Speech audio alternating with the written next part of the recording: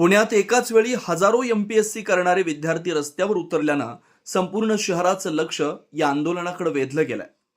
हे दृश्य आहेत पुण्यातील भिडे पुला शेजारी, जिथं विद्यार्थ्यांचा प्रचंड जनसागर पाहायला मिळाला.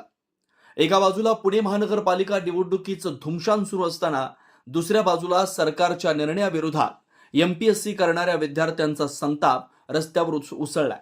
सरकारनं एमपीएससी परीक्षेची जाहिरात उशिरा काढली, मात्र वयोमर्यादा वाढवली नाही. हा निर्णय अनेक विद्यार्थ्यांवर अन्याय करणारा असल्याचं विद्यार्थ्यांचं म्हणणं आहे.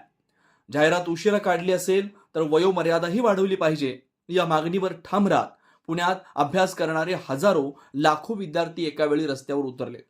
अख्ख्या महाराष्ट्रात विशेषतः ग्रामीण भागातून पुण्यात येऊन स्पर्धा परीक्षांची तयारी करणारे विद्यार्थी या आंदोलनात मोठ्या संख्येने सहभागी झालेत.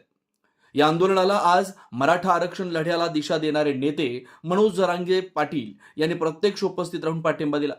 विद्यार्थ्यांना न्याय मिळावा यासाठी आपण त्यांच्या पाठीशी ठाम उभं असल्याचं मनोजदादा जरांगे यांनी स्पष्ट केलं.